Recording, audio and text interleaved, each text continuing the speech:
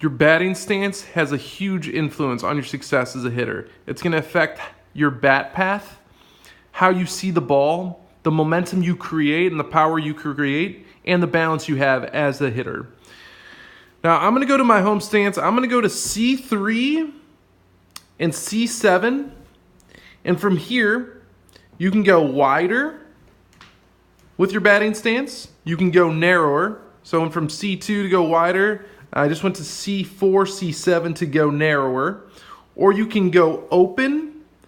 I'm in D7 with my front foot. You can go square, C4, C7, or you can go closed, C4, B7. Now, obviously, how your front foot aligns with home plate is dependent on your batting stance. Now, try going wider with your batting stance. Try a wide batting stance.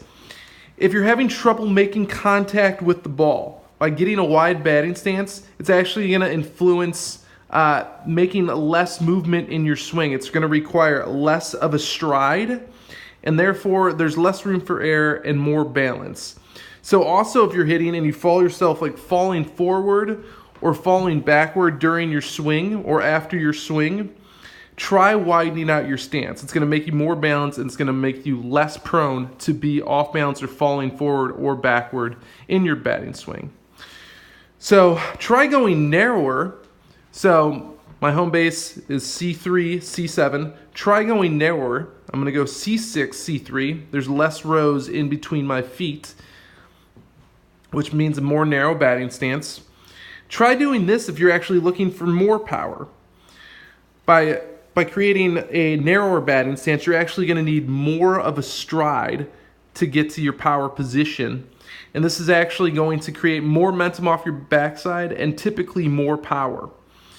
Also, try going with a narrow batting stance if you want to free up your hands. If you tend to get tied up or keep getting jammed, try going narrower, and it typically frees up your hands and allows you to get the hands through the zone. Now, going back to my home base of C3, C7, let's try going open. So opening my stance, I'm going to D7 instead of C7. Now try opening your batting stance if you're having trouble picking up breaking balls or seeing spin on the ball. By opening your batting stance, it actually allows you to turn your head more, and you could be back eye dominant, so it helps you see the spin on the baseball better. Also try opening the batting stance if you tend to step in the bucket when you're swinging. If you start open, hitters actually have a better tendency to step towards the plate and step closer to parallel. Now also try opening your batting stance if you want to try to pull the ball more. By opening up, it actually puts you in a position to hit the ball, the inside pitch, a little easier.